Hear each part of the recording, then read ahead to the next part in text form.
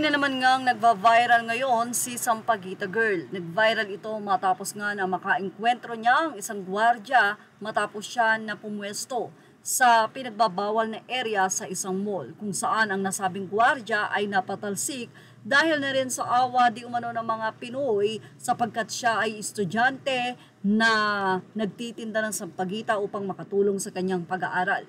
Pero hindi pala ganon ang naging sitwasyon dahil si Sampaguita Girl pala ay hindi naman na elementary o high school kundi college na.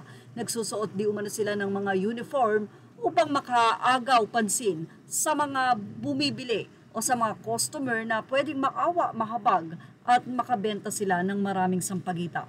Nagkaroon naman ng iba't ibang reaksyon sa mga netizen matapos nga na muling makita na ito ay nagtitinda ng sampagita. Ang ilan ay sinabi na naubos na raw ang ayuda ng DSWD. Ang ilan naman ay sinasabi na legal ba ito? Hindi ba ito tahasang panluloko na sila ay naka-uniform na subalit hindi naman ito talaga ang kanilang uniform na ginagamit upang magtinda at tila ito nga daw ay malinaw na isang panluloko. Daw ng ilang netizen hanggat wala siyang pinipurwisyo at maayos ang kanyang pagtitinda, bakit hindi? Pero ang iba ay sinasabi na malinaw daw na ito ay isang panliling lang. Well, narito po ang naging komento at opinyon ng mga netizen. Nila mga tinutulungan galing sa Imbornal at saka itong si Sampaguita Girl. Ubos na ang tulong ng DSWD, balik sa dating gawi. At pag sinita uli ng guard, siya pa ang biktima. Another tulong uli, walang sumita sa kanya. Ang sisita sa kanya, mababash pa na kesyo kawawa si Sampaguita Girl. Kahit bawal naman yan dyan, mukhang ibang uniform na naman yan. Narito pa ang naging say ng ilang netizen. Naku, mag-ingat na ang mga guardian. Delikado na ang panahon ngayon.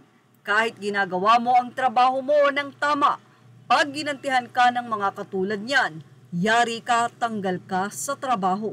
College agad, di ba elementary pa lang siya, sabi ng parents niya. Sino naman ang isa, times 8 agad yung tinaas, ha, sunod niyan nakatoga na yan. O baka props lang din. Modus na nila yan. Mula naman sa ilang netizen, nila sinungaling kasi kaya napagkamalang bata. Halatang budol tumalon, iba naman daw, outfit para iba. Mula naman sa ibang netizen, anila, naku, kung napanood nyo pa yung video niyan sa isang pulis, kakagigil talaga. Pinagmumura niya ang isang pulis habang binibidyohan naman siya. Ginagalit niya talaga ang pulis. Minumura niya at sinusuntok. Sinasabihan niya pa ang pulis na adik. Mabuti naman at hindi pumatol ang pulis. Videohan lang siya. Kilala niyo na siya. Huwag po kayong pabiktima sa babaeng yan. Gagawan naman yan ng dahilan para mabigyan ulit siya ng ayuda ng DSWD. Anyway, ano ang masasabi nyo sa pagbabalik ni Sampaguita Girl? Sana naman ay hindi na maulit ang mga nangyari at madala na rin yung mga tao na nagbibigay ng tulong dahil tila nagiging modus na nga lang daw ito. Yan ang ating Showbiz Snap Update. Images are all credit to the rightful owners. Please like, share, and subscribe. Thank you for watching.